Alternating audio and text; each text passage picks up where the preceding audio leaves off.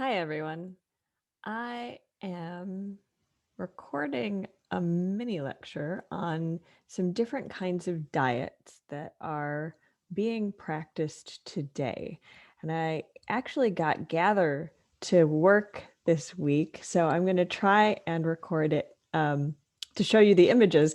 So I'm still struggling to get Gather to show web pages or Google Drive things consistently, although it seems to do okay with Google Docs. But I can have it show images. And this is actually, now that I've got these images here, this is going to be the best place for me to show these to you. So some different kinds of diets that are in use today that I think point us to some different kinds of ideas that people have about what causes people to be fat, what causes ill health, what are the connections between diet and health. And so the four that I'm going to walk through are the perfect health diet, the 5-2 diet, a kind of intermittent fasting, the Ornish diet, which is a kind of plant-based and very low-fat diet, and the and Viome, gut microbiome kind of product. So here is what the basic plate looks like for the perfect health diet. This was developed by a couple of Harvard researchers, Sushing and Paul Jaminet, and they basically developed this to deal with their own health issues, not and weight loss is one of the things that they experienced after adopting this diet, and it is one of the things that they promise throughout the book. But it was also aimed at dealing with some issues related to allergies, inflammation, maybe arthritis, kind of chronic health issues that they found could be alleviated by removing some things from their diet. Namely, so here's the plate of what the perfect health diet looks like. It's more or less a paleo diet with a little bit more of what they call safe starches, particularly potatoes and rice. White rice, but the things you do not eat down here in the do not eat, this is really what I think most distinguishes the diet. No grains except for white rice, no vegetable oils. So the assumption that things like animal fats are better for you, saturated fats, butter, coconut oil, beef tallow, pork lard. These are things that are typically seen as less healthy fats, while vegetable oils are considered more healthy fats. But in this diet, the saturated animal fats are considered the healthy fats, and vegetable oils, refined vegetable oils, are considered very toxic. A do not eat, not even a minimize, a do not eat. No sugar, no refined sugar, no beans and peanuts. Beans and peanuts, legumes, are usually considered a healthy food in other kinds of diets. So this is a thing that is also different about the perfect health diet. And so what I'm hoping you'll get a picture of is this diet, what people are trying to avoid is starches, processed foods, the idea of industrial foods, the idea that kind of the foods that come along with the industrial revolution and processing and maybe agriculture as a whole are less healthy, less optimal for human flourishing, less nutritious. And they're really concerned about nutrient density in the foods that you eat. So everything over here, they're looking for things that they consider to be very nutrient dense. So really dark green vegetables, a lot of bone broth, eggs and liver. So things that are rich in things like choline, which is a nutrient that maybe some of you haven't even heard of, but they are really concerned about how much choline you get. So these other nutrients that they think are essential to our flourishing that maybe people don't get enough of. Meanwhile, they think these foods are bad to eat. In part because of what they do not have, key nutrients, but also because of what they have that they don't like. So they think that these foods have toxins that are bad for you, grains, and particularly whole grains. So the reason they want you to eat white rice instead of brown rice is they think the hulls of grains have a lot of toxins in them, things that you shouldn't be eating, things like lectins and phytic acid that they think inhibit nutrient absorption. And there's something to this. They're not crazy. It is true that if you were to eat a diet of 70 to 80% whole grains, you would probably have some nutrient deficiencies related to the amount of fiber that you were consuming, because the fiber in that whole grain, it is not clear. So many people know there's more nutrients in whole grains, but it's not very easy for our bodies to get those nutrients out of the whole grain. So because of the fiber that binds those nutrients, it actually seems like the fiber draws some more of those nutrients out as it goes through our body. The metaphor is the medical metaphor is chelation, right? If you're chelating something, you're trying to get the metals out of it. So it might be that fiber effectively works to get nutrients out, but we want more of those nutrients in. So they think that this is their theory, right? They think whole grains are bad for you. Grains in general are bad for you. Instead, you should be getting your nutrients from other things that are going to give you nutrients and not have these, what they call anti-nutrients or toxins. Same thing with legumes. Most diets consider legumes, beans, a health food. as long as, they're not cooked with too much fat, I guess, in the diets where fat is to be avoided. But generally, beans are seen as a health food, not in this diet. Again, too much thing of something like lectin, phytic acid, toxins that they're concerned about. So a diet that is concerned about toxins and nutrients, very different than calories or macronutrients, right? Even though you're effectively doing a somewhat lower carb diet on the Perfect Health diet, it has more carbohydrates than Gary Taubes recommends, and they're not as concerned about carbohydrates per se as they are about what eating certain kinds of carbohydrates might do, they think, to your overall nutrient absorption and how nutrient dense your diet is. So that's the Perfect Health diet. Coming over here, I found all the different ways of showing images worked this way. So is that that's Ornish. Yeah, let's do the 5-2 diet first. I think I put that one over here. Here we go. The 5-2 diet. This has been particularly popular in the UK and England.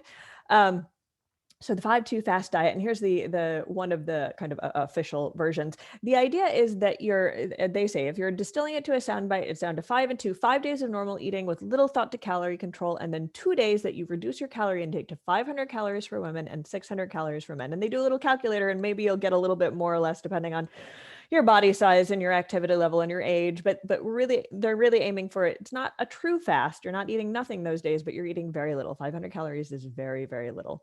That's like one smallish meal, smaller than a typical dinner, which might normally be like 700 and 900 calories on average for most people.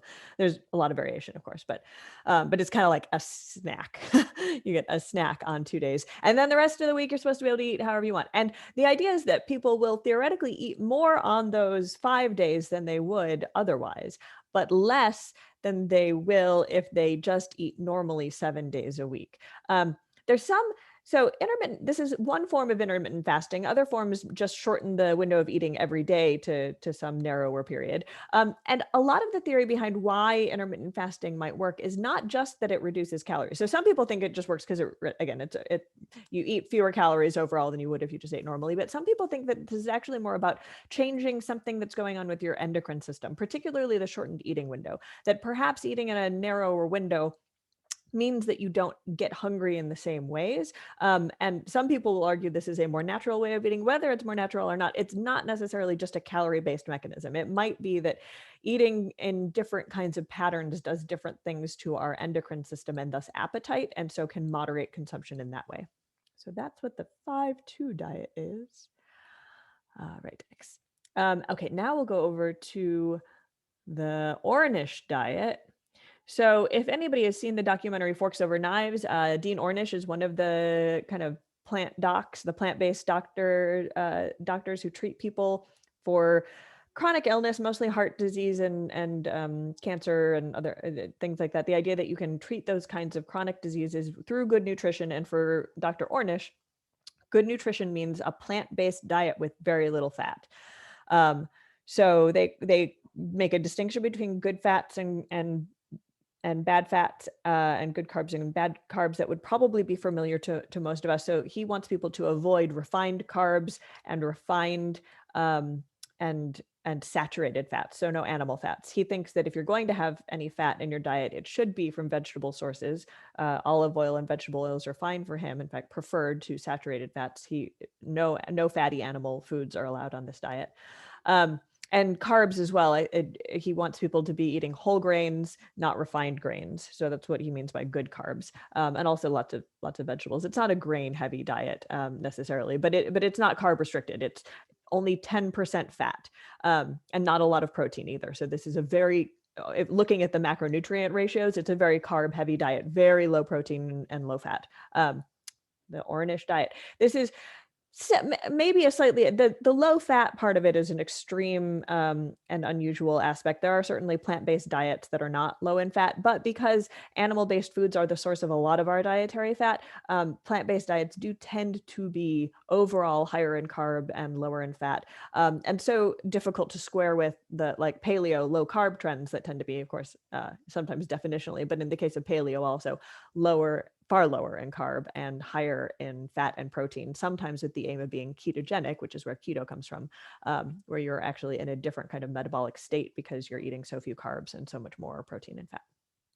All right. So lastly, this last style of diet that provides yet another kind of pathway people are thinking about as what people should be eating for health.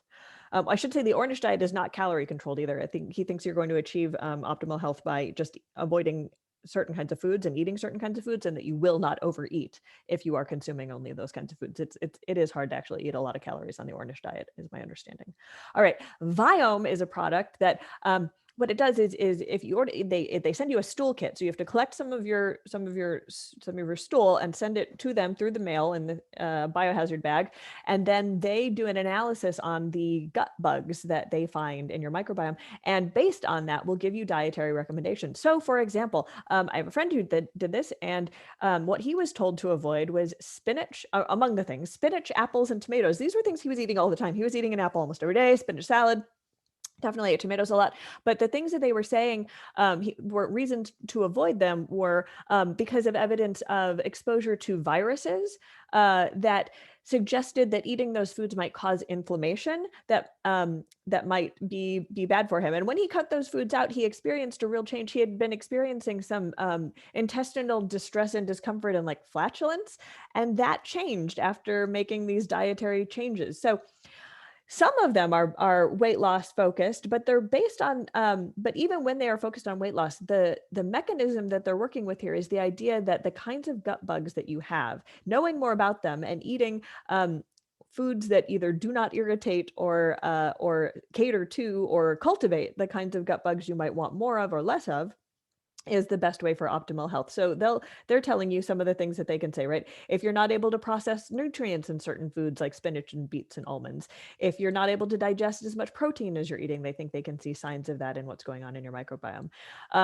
If you're getting too few antioxidants, they can recommend some foods that might be good. If you're eating too much iron and they're seeing the growth of Shigella and Salmonella or undesirable bacterial populations, then they might have dietary recommendations for you. So again, kind of a different world, right? They're not talking about calories or macronutrients. This is the idea that knowing more about your particular gut bug profile might be the key to you eating differently. So just to kind of zoom out from all of this, what do we do with all of these different kinds of diets? And I have this document is on the modules, and it has some information about all four of these diets and then some questions about it. So yeah, and it goes through kind of the specifics of these diets, and then the questions I'm asking are like, what does it imply? Which are if you're familiar with any of these, do any of these seem more or less promising to you as ways to weight loss or health based on what you know? And I mean, I don't know how, obviously I don't know the answer to that, how familiar you are or how promising they seem to you. One thing that it suggests to me is that as much as we really try to tell people again and again that weight loss is a very simple matter of calories in, calories out, or I hear that a lot, or that weight loss is a simple matter of eating the right foods, avoiding junk and eating the way we know we should eat. I just don't think that's actually the way people do think about body size and fatness. I think that all of this indicates that we have a lot of competing ideas about what influences our health and what role food and body size have in both of those things. That we have people experimenting with eating windows and what time of day they eat already tells you that we know on some level that it's not just about counting calories. It's not just about getting the right amount of carbs. And so I think that this points to both the confusion, the popular confusion about how it is people are actually supposed to eat and the variation in the kinds of advice that people get, but also all these frontiers where we're really learning a lot more. I don't know if Viome type solutions are ever going to make it so that many more people can be thin. But I do think that the gut microbiome is a place where we're learning all kinds of things about how foods affect people differently that help us understand why the same diet might not have the same effect in different people. Um, I also think that intermittent fasting and maybe the whole realm of diets that or strategies of manipulating eating that recognize the role of hormones and appetite and kind of focus on that mechanism rather than thinking that we have conscious control over how much we eat, thinking that instead maybe at best we can have a little bit of control over how our appetite goes up and down. On GatherTown the other day with the people who showed up, we were talking a lot about how stress affects people's eating, the idea of stress eating. And I was sharing with them that that we know about stress eating, right? But you may also know some people are stress non-eaters, and it has to do with a response to cortisol. And this has been studied in labs, and there seems to be a real bifurcation in how people respond to cortisol. Some people respond to cortisol with their appetite gets upregulated, various things that happen to make them want to eat more. Some people have the exact opposite, a silencing of appetite in response to cortisol. Um, Maybe there's evolutionary theories about why it would be useful to have a population wherein some people respond to starvation conditions by being like extra motivated, and why some people would respond to starvation conditions by but anyhow, that it might be good to have a diversity of these. But whether or not it's an evolutionary advantage to have a mix in the population, we do have a mix in the population, and so stress affects people and their appetites differently. So if we were to think about then stress management techniques as a form of, if not weight control, maybe control over unpleasant experiences of unwanted binge eating, right? If we recognize binge eating as a problem, not because it's going to make anybody fat, maybe it will, maybe it won't, but as an unpleasant experience that is reflective of a kind of anxiety or again mental distress that we could try to find other ways to productively deal with, in such a way that meditation might be the answer instead of dieting. So I think these diets really point to both our emerging understanding of the way mental health and physical health and diet are all connected, but also getting away from the idea that those things are important because of the ways they manipulate our body size or weight.